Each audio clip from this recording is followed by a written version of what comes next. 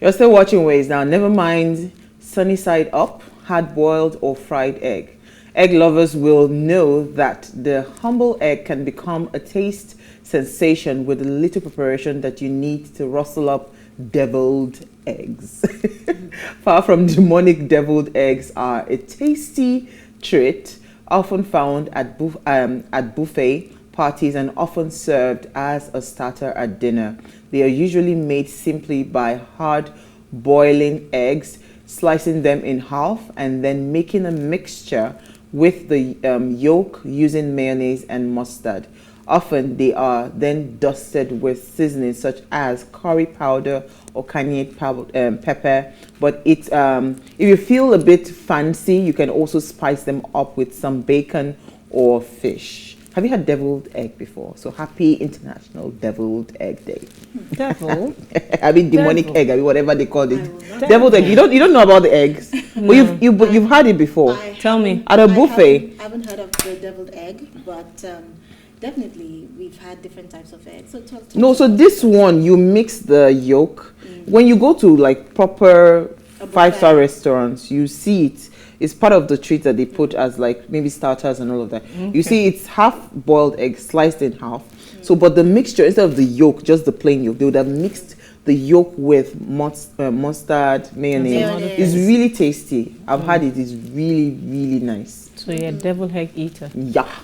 Enjoy. Let's look for the saint eggs. He's far from the demonic. I don't know why when people hear devil, they just say, God forbid. I think there's a part of us that doesn't want to connect with the devil.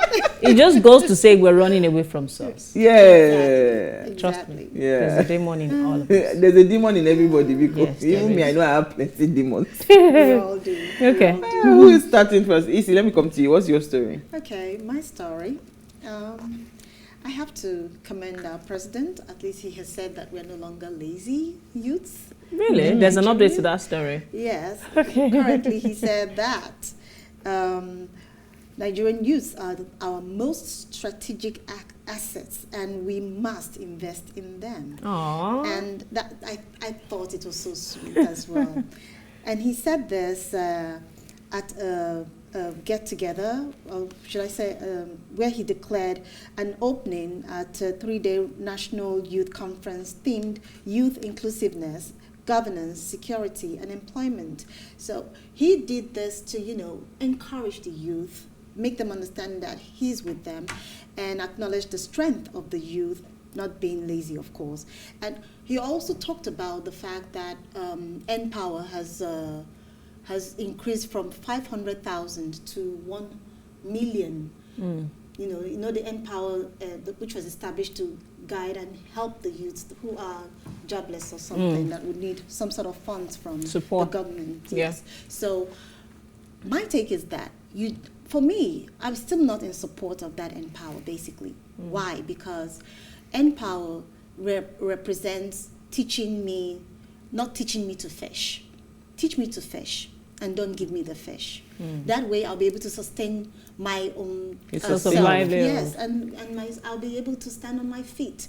Not a situation whereby you're giving me something, and at the end of the day, what will happen? I will be redundant. You become complacent and entitled. Exactly. So job creation is paramount for me in this context. So the government should actually provide jobs, not in any form of giving them incentives. And that should help the frustrations of the youth, basically. Absolutely. Yeah. Moving on. What I have in the news, coming to me, Lola.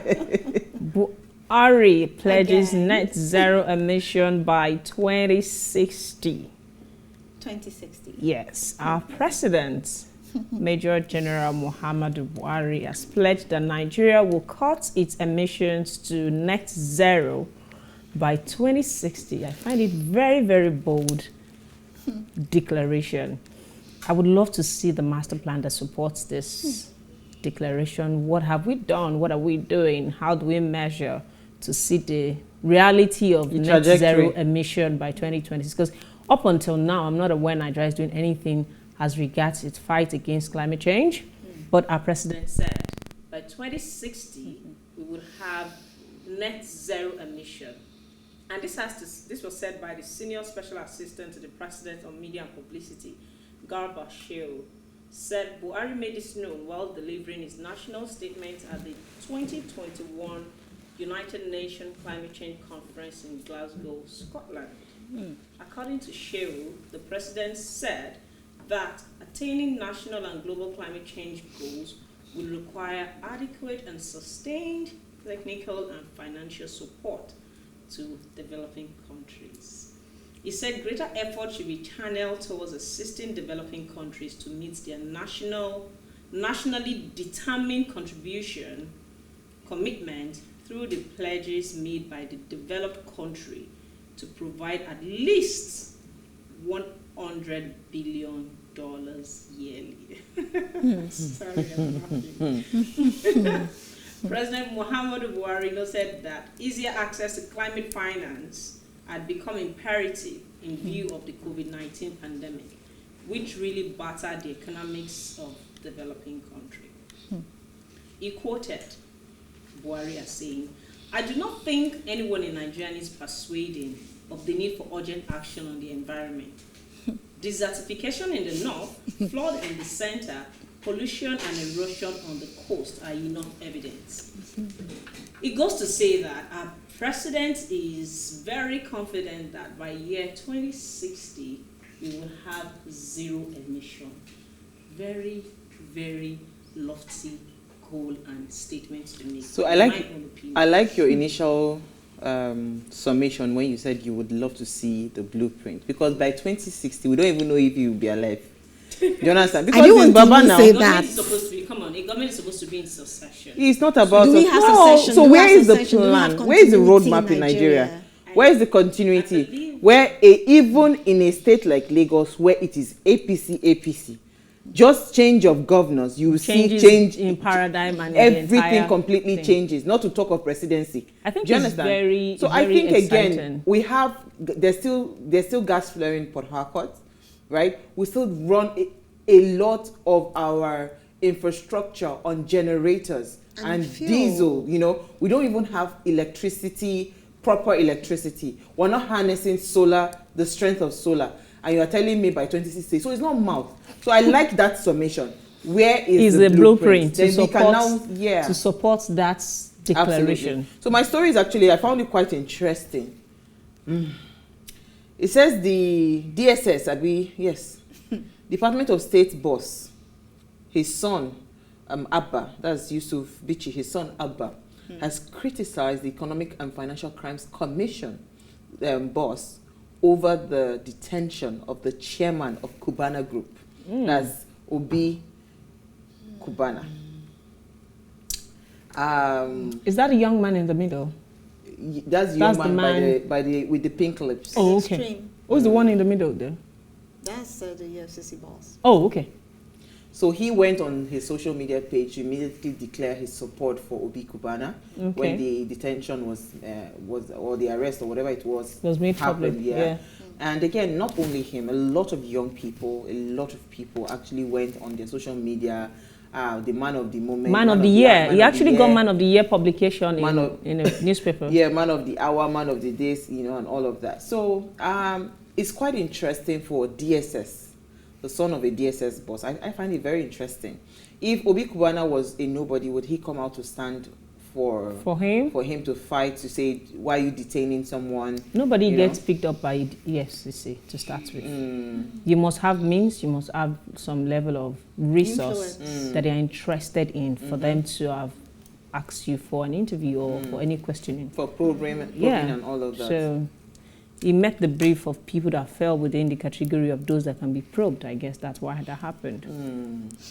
According to somebody in our group who said, "Oh, she can't wait to be to come and pick her up." That sounds it's true now. It's Milona that will start with. It must, yes, so please probe me.